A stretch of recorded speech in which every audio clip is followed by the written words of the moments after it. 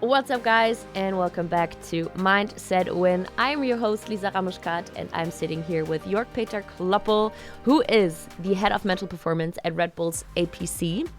Welcome, York, first of all. And I have a question for you. Okay. Have you ever completed a triathlon? No, I have not. I love swimming and running, but I'm terrible at cycling, so I've never done a triathlon. But why do you ask? Yeah, because I'm terrible at swimming. No, I'm kidding. Because today we're reflecting on Tuesday's chat with Kristian Blummenfelt, who is the first man to complete an Ironman in under 7 hours and who also holds the Olympic, World Championship, and Ironman titles. And he's accompanied by his coach and mastermind, Olav Bu. I have to combine my physical shape and what I can do in training with his data and his knowledge and sort of combine those two, and then it will be creating something quite great in the middle. I don't say this to be nice to Kristian, but I have yet to meet a person with Kristian's mindset when it comes to performance and so on. York, what stood out for me in this one was how these two guys are treating each other and their relationship. It was just something I've never seen before. Yeah, definitely a unique relationship between those two. And it's quite interesting to look at the coach-athlete relationship in sport, because it's such a key factor for success. It definitely is. And I feel like especially these two, along with their third companion, is so successful because they're just this perfect match. They have the same drive, they have the same ambition, and it really is what makes them this perfect trio. Yeah, that's right. Yeah, and there's a bit of quite a bit of research into that whole field of the coach-athlete relationship as well, and Sophia Jowett from Loughborough University came up with a 3 C's plus 1 model, which just describes what a successful, effective coach-athlete relationship should look like. What should it look like? Well, the 3 C's plus 1 stands for, first of all, closeness, which really just means the emotional connection between the coach and the athlete, how well they kind of trust each other, open up to each other, also talk about things outside of sport and really have this close relationship. The second C stands for commitment. So how committed both of them are to really dedicate their lives to this one clear mission that they have, which to me stood out very clearly for Kristian and Olav. Then the third C stands for complementarity. So this is basically how well they actually work together. In another episode, we talk about leadership strength and so on, personality traits, and this complementarity piece in the 3 C's plus 1 model really describes how well their personality traits support each other, that they can actually achieve success together.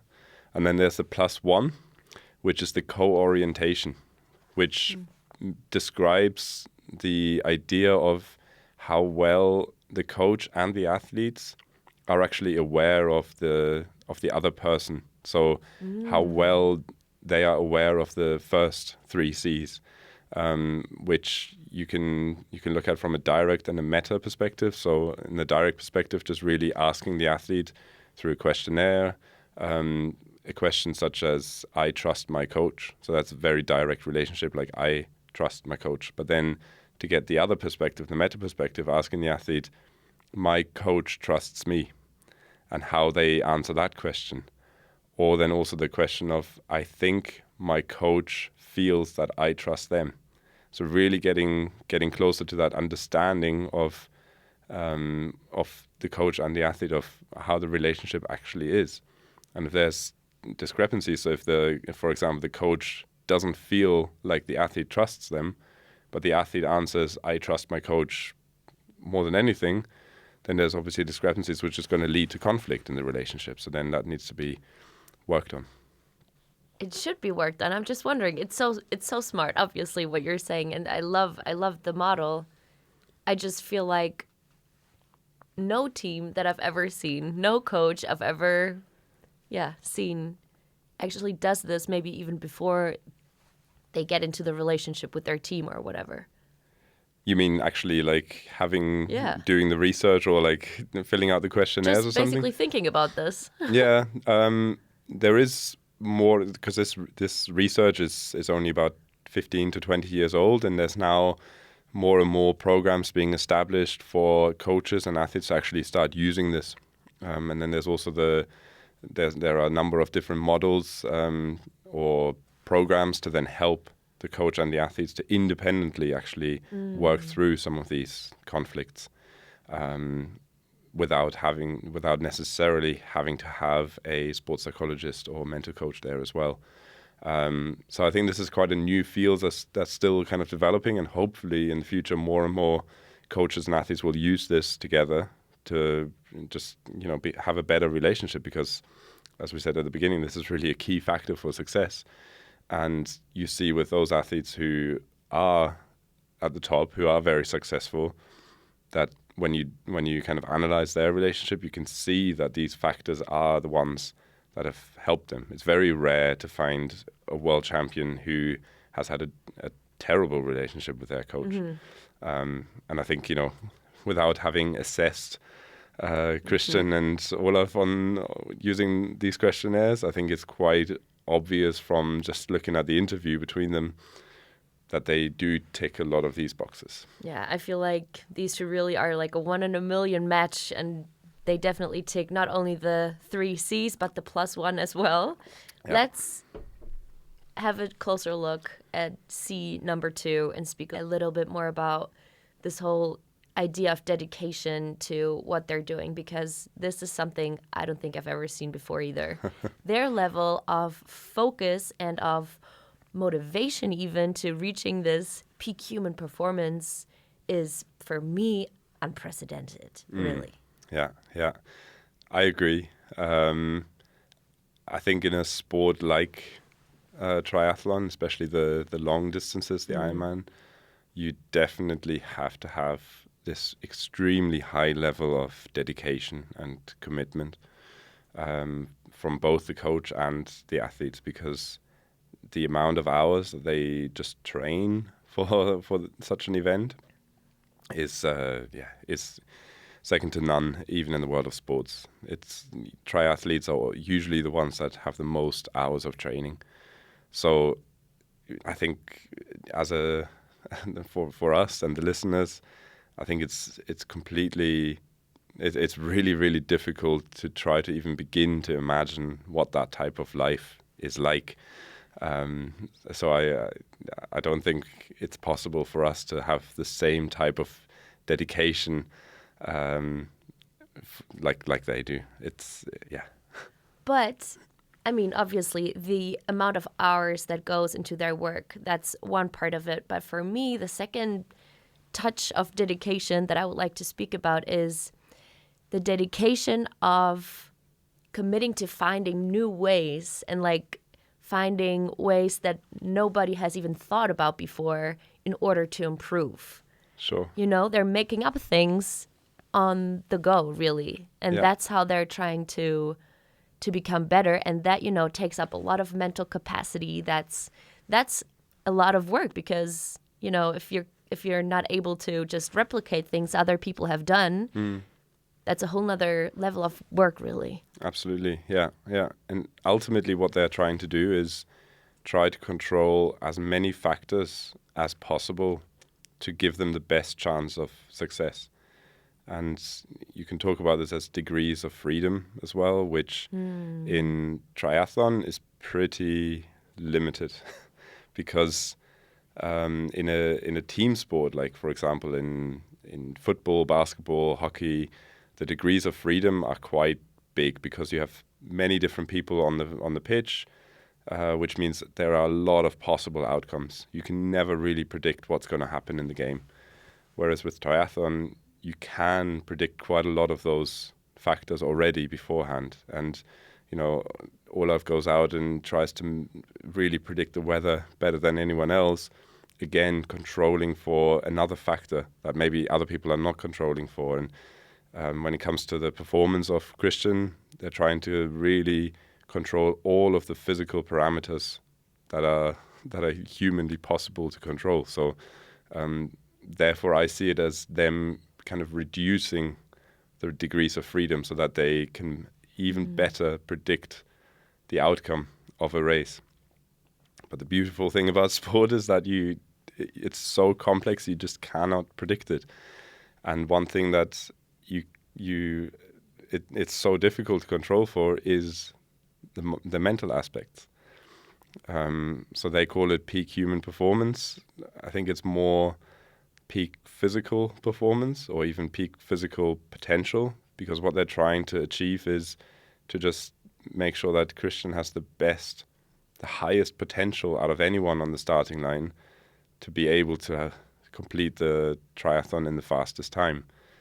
But then it's still only a potential, and it's the mental aspects then during the race, before and during the race, that will in the end decide how well he's going to compete. And, Kristian also mentioned some of the kind of mental games that are happening even during a triathlon, of maybe just pushing yourself a little bit harder for the first 5K in the run to let the other competitor know, hey, I'm feeling strong, even though inside you're completely fatigued already.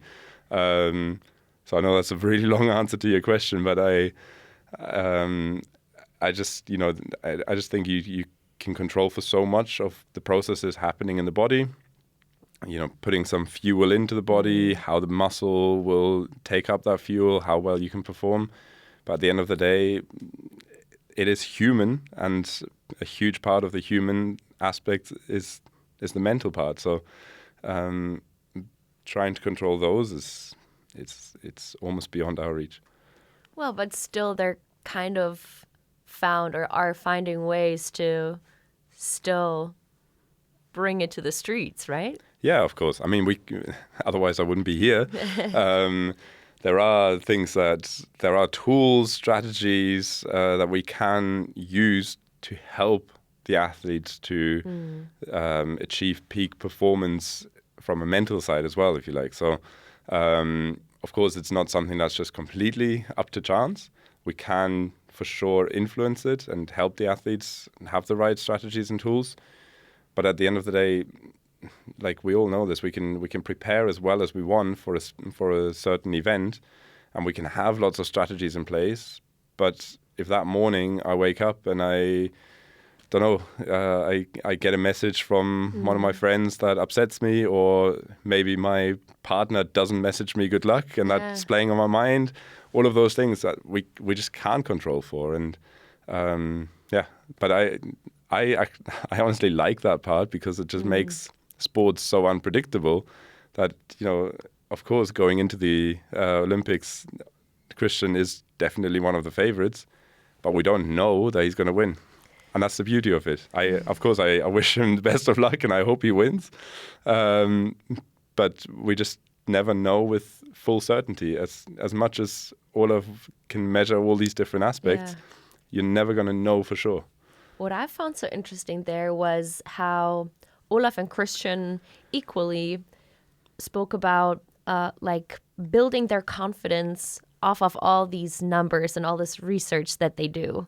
They know the body can do this, so it gives him strength and even the mental push in a race sometimes. Yeah. That was crazy. Yeah, it was less a spiritual or, psychological kind of thing, but it was really analytical. Yeah. They're like, I know my numbers, so I know I'm good. Yeah, and that's really that's one way, a really strong way of finding confidence, right? That, I mean, I think you need that if you're out there for 7 hours in the heat, cycling, running, after having already completed a long swim, to have this knowledge in your head of knowing that it is still possible for me to go on and finish this race in a certain time. Of course, you can gain a lot of confidence from that. Yeah. What do you think about their whole, overruling goal of defying the odds of peak human performance? Where do you think this team is able to go? Yeah, I admire that. I think it's fantastic, and it's something that I can definitely relate to very well as well. When I work with any athlete, I always try to help them defy the odds as well, and break the limits, achieve extraordinary things, and therefore I think it's really great how they've kind of made that their mission, rather than saying we want to be Olympic champion 3 times in a row. Yeah, that doesn't Instead even matter as much. Exactly. Instead, they have this overarching vision of, just actually breaking boundaries, and also showing, therefore, other people what is possible, and that motivates other people and so on. So, I definitely think that's great. And could that be one of the takeaways maybe for our listeners today, that it's maybe not even as important to have these very tangible goals of, wanting to, I don't know, ascend the corporate ladder or get this very job, but rather have, this vision that stands above it all? The other goals are still important as well, but I think it's important to have a vision, to have an overarching meaning in my life of what I want to do. I think meaning in life is something that's a driving factor for a lot of things we do, and also can give you a lot of satisfaction and happiness to really understand what my overall meaning in everything is. And okay, for them it's maybe a lot clearer than for everyone else, but just really finding out what my meaning is really important, and also finding meaning in everything that I do.